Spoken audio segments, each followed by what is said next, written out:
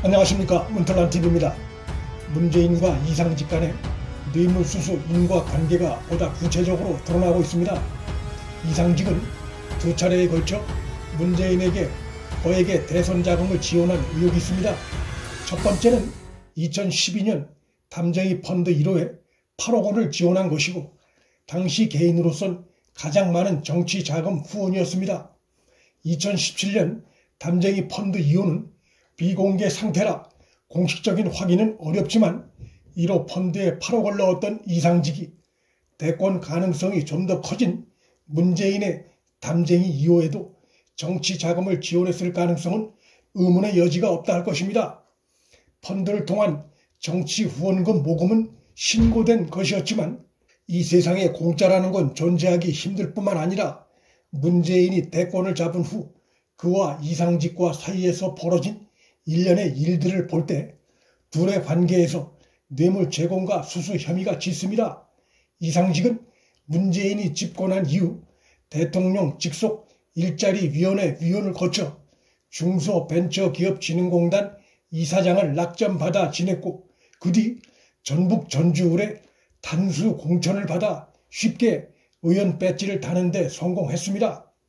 단수 공천이나 전략 공천은 정권의 수뇌부에서 결정하는 것이고 모든 국회의원 후보자들이 바라는 꿈의 공천입니다. 더욱이 민주당 깃발만 꽂으면 당선될 호남 지역에서 단수 공천을 받는다는 것은 후보자들로선 그야말로 로또 당첨입니다. 그런데 이상직이 왜 단수 공천을 받아야 하는지 특별한 이유가 밝혀진 게 없고, 결국 그것은 대선 때 문재인에게 거액의 정치 자금을 후원한 것, 또 그가 문재인 딸 문다의 남편을 태국 소재의 타이 이스타젯에 취업시키면서 문재인 사위 가족의 태국 이주를 도왔다는 것 외에 달리 이유를 찾기 어렵습니다. 따라서 이상직이 호남에서 단수 공천을 받았다는 그 자체가 문재인과 이상직 사이에서 있었던 정치적 뇌물 관계의 정황으로 볼 수 있습니다. 그간 문재인과 이상직은 문재인 사위가 취업한 타이 이스타젯은 이상직이 창업한 이스타항공과 무관한 회사라고 주장해 왔습니다. 그러나 전주지검이 최근 타이 이스타젯도 이상직이 소유주인 증거를 회계장부 조사를 통해 밝혀냈습니다. 문재인과 이상직 사이에 이러한 관계를 뇌물로 볼 수 없다면 이 세상에 뇌물죄를 적용할 케이스는 없습니다. 대통령 권력이 개입된 사례보다 더 뚜렷하게 뇌물 혐의를 입증하는 것은 없습니다. 전주지검의 이스타항공 회계장부 조사에 의하면 이상직이 창업한 이스타항공이 태국 계열사인 이스타젯 에어서비스에 71억 원의 외상 채권을 확보한 것을 밝혀냈고, 이 돈이 2017년 2월 20일경 타이 이스타젯의 설립 자본금으로 흘러 들어간 것을 밝혀냈습니다.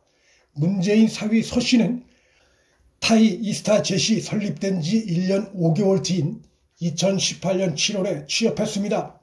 항공사 경력이 전혀 없는 문재인 사위가 태국 소재 항공사에 취업한 것은 이상직의 영향력이 100% 작용했다고 볼 수 있습니다.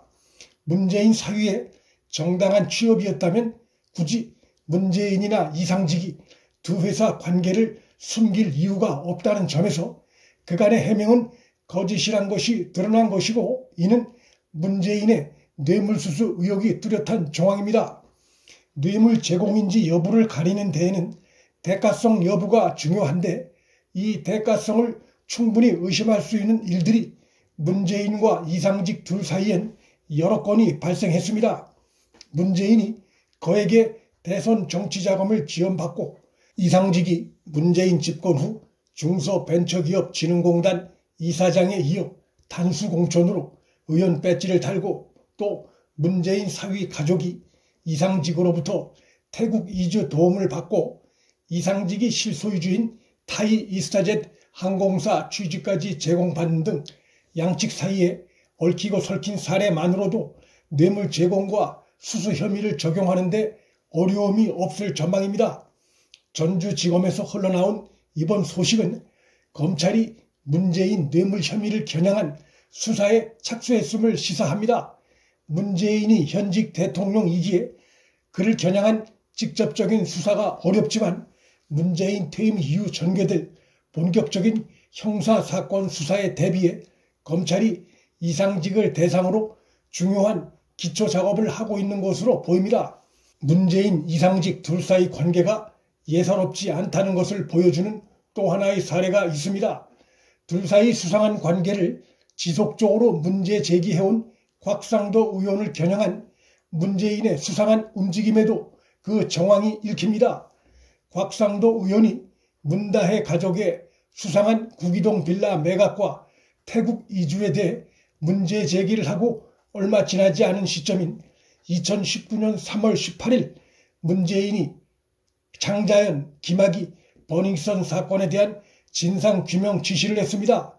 그런데 그 수사의 칼날은 엉뚱하게도 곽상도 의원에게도 향해 곽 의원이 많은 곤욕을 치렀습니다.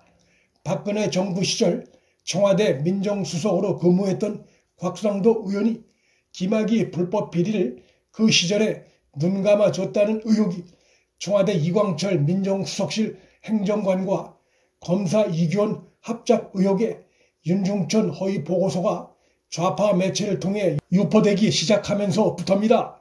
이로 인해 곽상도 의원은 한동안 언론의 집중적인 추적 취재 대상이 됐고 검찰에도 불려가 조사를 받아야 했습니다.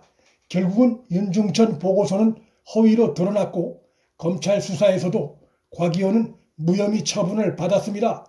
곽상도 의원은 2019년 3월에 문재인의 특별수사 지시로 정신적 고통을 입었다며 문재인을 상대로 5억 원대 민사소송을 제기했고 피고 문재인은 최근 법원에 제출한 답변서에서 구체적인 수사 지휘가 아니라 당부였다고 주장했습니다. 소가 웃을 얘기입니다. 일국의 대통령이 검찰과 경찰에게 조직의 명운을 걸라며 특별 지시를 내린 것을 단순한 당부 차원으로 받아들일 국민은 없습니다. 이런 일련의 정황을 봤을 때 문재인이 자신과 딸과 이상직 배우 관계를 폭로하고 있는 곽 의원에 대한 보복 성격의 수사 지시 정황이 짙고 이 자체가 문재인과 이상직의 수상한 관계를 역으로 보여주는 또 하나의 중요한 정황 증거입니다. 정권이 바뀌면 수사가 본격화될 사안이고 현 정권의 내로남불에 정치자금 비리 진상이 다 드러날 것입니다. 문틀란TV 여기서 마칩니다. 구독과 좋아요, 알림 설정은 방송 제작에 큰 힘이 됩니다. 시청해 주셔서 감사합니다.